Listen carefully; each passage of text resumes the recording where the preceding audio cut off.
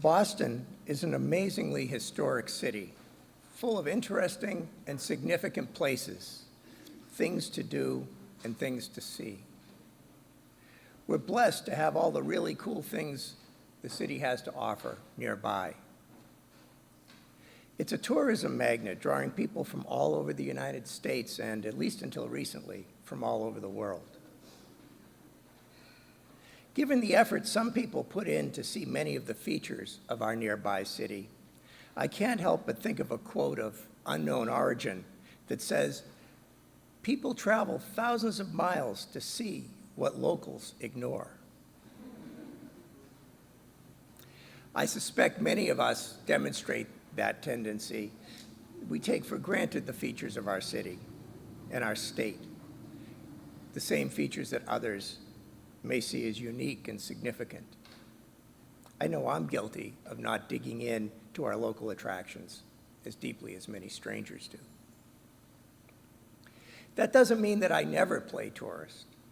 I do have a small number of favorite attractions in this area, and I visit them often. One of my personal favorites is the JFK Museum on Columbia Point in Boston. I like it enough that I'm a member, and I often stop by, whether for an hour or half a day. If you haven't been, I highly recommend it. It has an appeal on many different levels.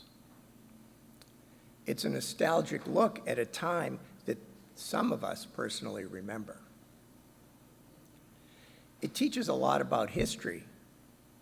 It is aesthetically an amazing place with dramatic architecture by I.M. Pei. And it has perhaps the best ever waterfront view of the Boston Harbor.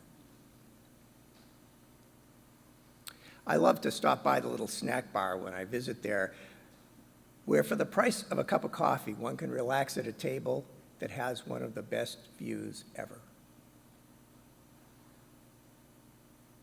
The museum's full of artifacts, both of JFK's presidency and of that time period. It's all great, but for me, there's one artifact that's a must-see item.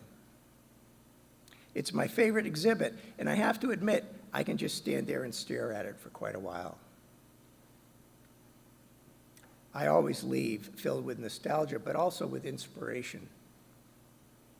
So far, that artifact's always been on display. If they ever rotate it out of the public areas, I'll find myself quite disappointed. Well, if I've done my job well, you might be wondering what that artifact is. Well, it isn't very impressive to look at.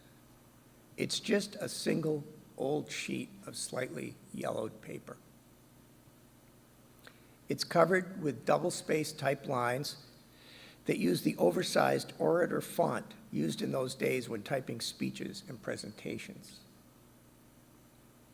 It has a couple of pen and ink changes, probably by JFK, that somehow adds a personal connection.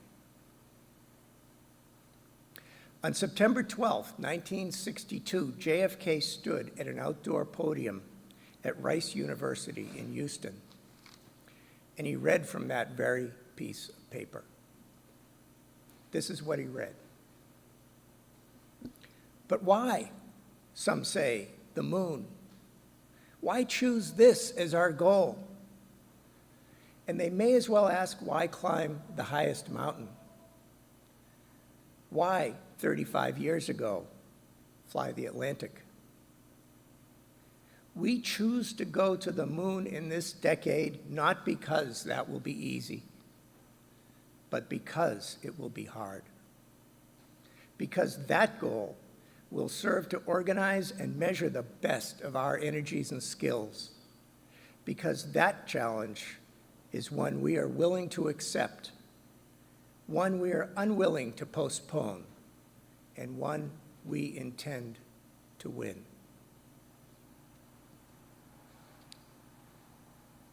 For me, at least, there's incredible power in standing there, reading those words from the same sheet of paper JFK was looking at when he uttered them. Those were the days when America was not afraid to dream. When imagining succeeding at difficult things was possible. When, quite literally, even the sky wasn't a limit. Along with his original declaration of intent to Congress the year before, those words changed the world, and certainly changed my life. The microcomputers that I've spent my professional career programming were originally developed in part to fill the low-weight, low-power processing need for the navigation computer used by the Apollo program. Without knowing it, that very speech set the stage for U.S. leadership in the cyber world, leadership that we still enjoy today.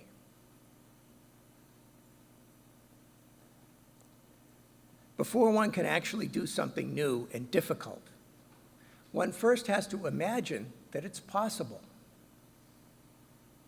We owe the many benefits of the space program to those who had the courage to imagine such never-done-before things were indeed possible. It was another Kennedy, RFK, Sr., I hasten to add, who spoke more directly about having the courage to dream when he said, "Some men see things as they are and ask why. I dream of things that never were and ask, why not?" If we take a moment to think about it, nothing new, daring, or even worthwhile can be done unless we have the courage to imagine it first. That imagination, that dream, creates a sort of beacon that we can follow to make it so. It takes courage to think of things that have never been. And then it takes faith to believe that it's worthwhile to actually do the work to make that imaginary future real. Without the dream, though, there's no direction, no destination, no foundation to support that hard work of realizing the dream. I picked just one example of a dream, going to the moon, that changed the world. If we look around us, there are so many other examples that show how a willingness to dream, when combined with the faith to put that dream into action, can also change the world. If we look at the words that Rick read in the speech from Martin Luther King, we see another example of the power of visualizing the world as it should be. Sadly, many years later, the dreams that Reverend King spoke of are not fully realized. But there's no question that his dream had and still has great power. Those words spoken over 50 years ago are still recognizable to almost every American and to a significant number of people all over the world.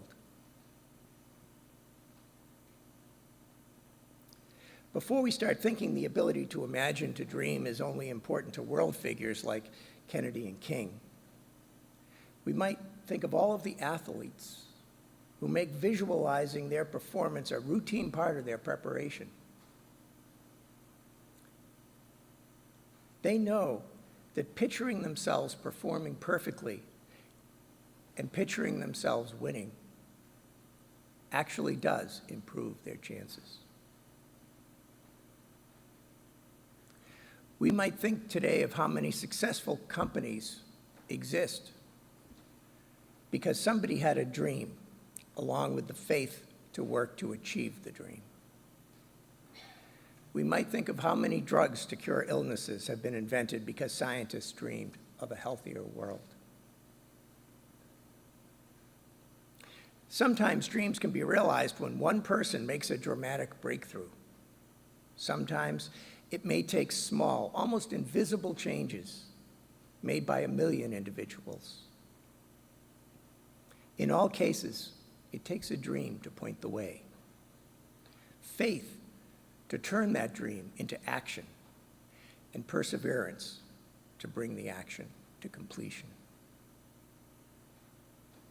It turns out that imagining a better world isn't an idle waste of time and isn't just some act of self-indulgence. It turns out that imagination and dreams provide the seeds for progress, the inspiration for action, and the beginnings that, combined with faith and perseverance, can often lead us to a better world. So now, maybe especially now, when the moral arc of the universe looks sort of directionless, we shouldn't underappreciate the value of visualizing a better country and a better world.